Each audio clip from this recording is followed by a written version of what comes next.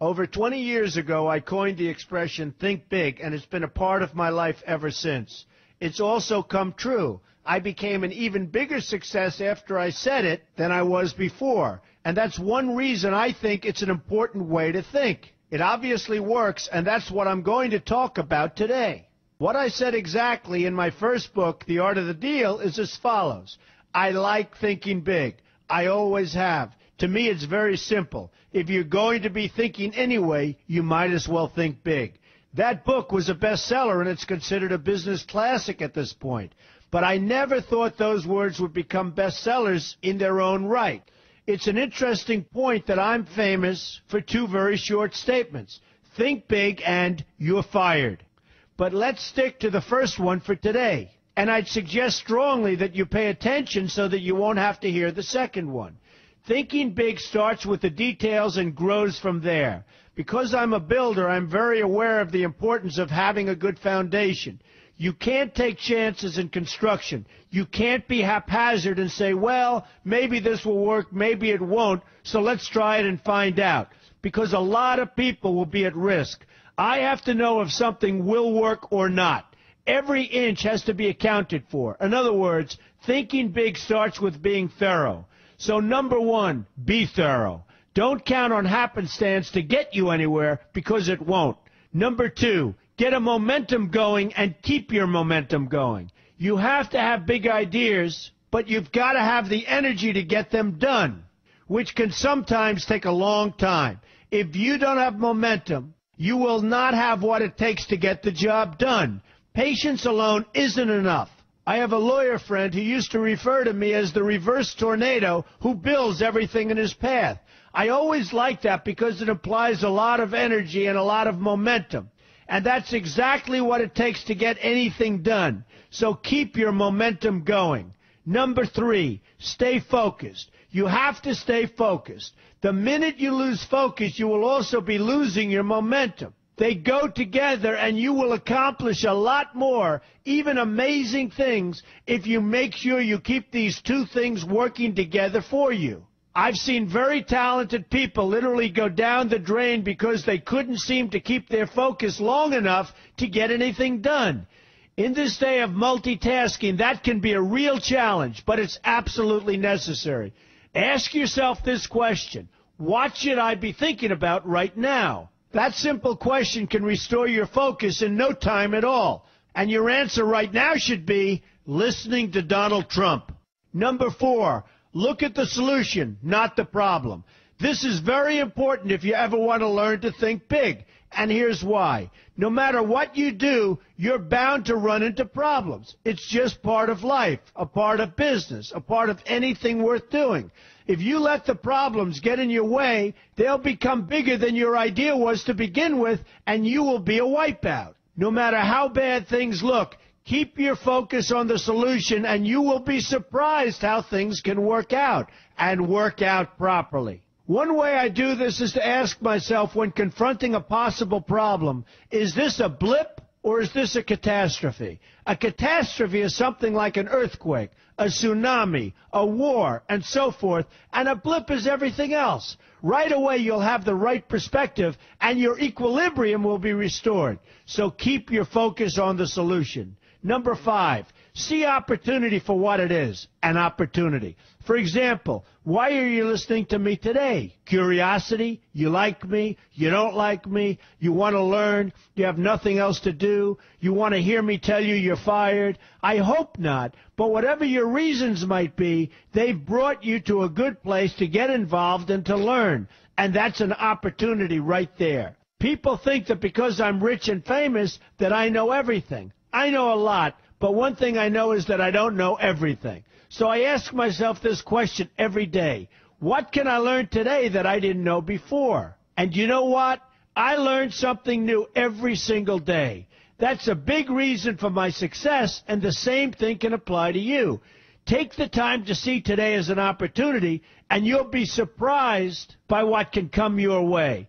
Be open to new ideas, and you will be creating your own opportunities before too long. Number six, know everything you can about what you're doing. That's a good way to cover your bases. Another good way is to read the book Robert Kiyosaki and I have written together, Why We Want You to Be Rich. It's about covering your bases and knowing what's going on.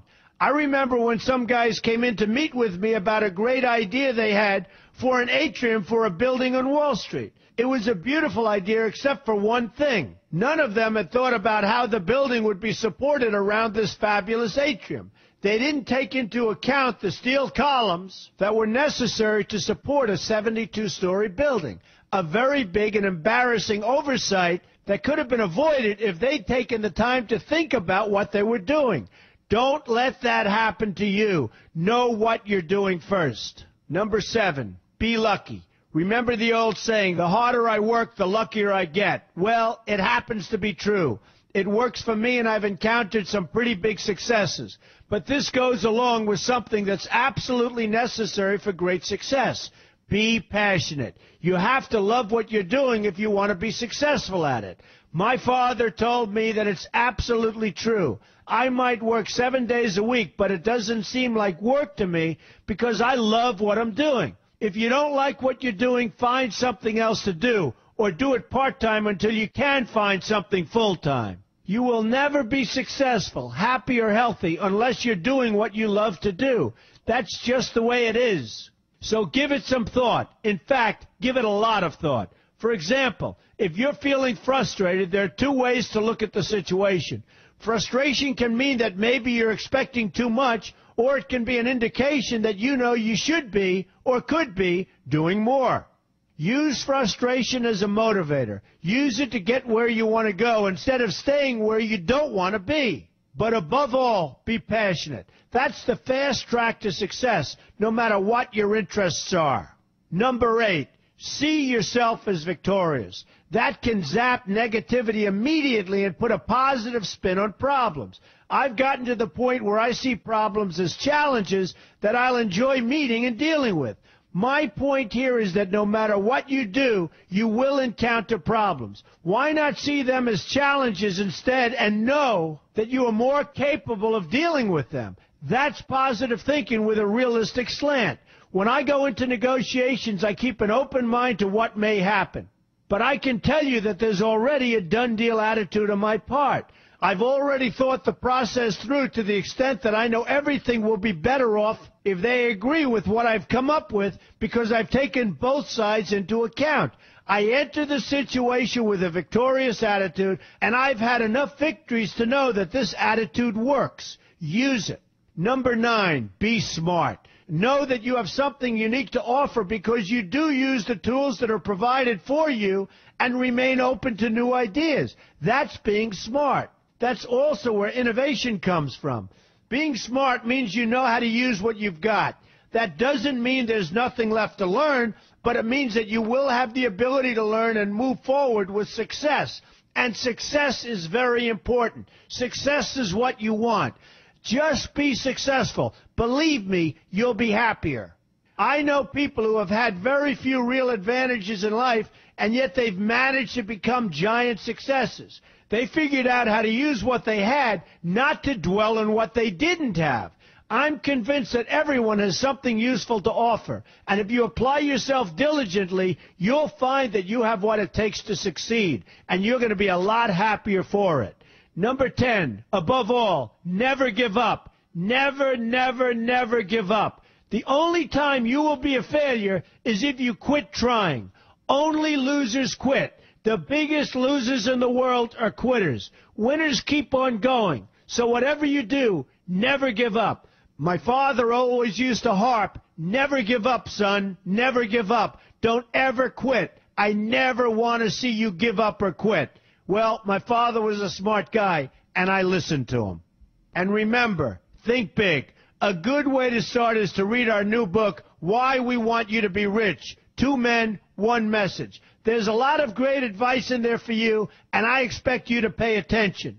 You're going to do fantastically well. You're going to be a winner, and I'm going to see you in the winner's circle.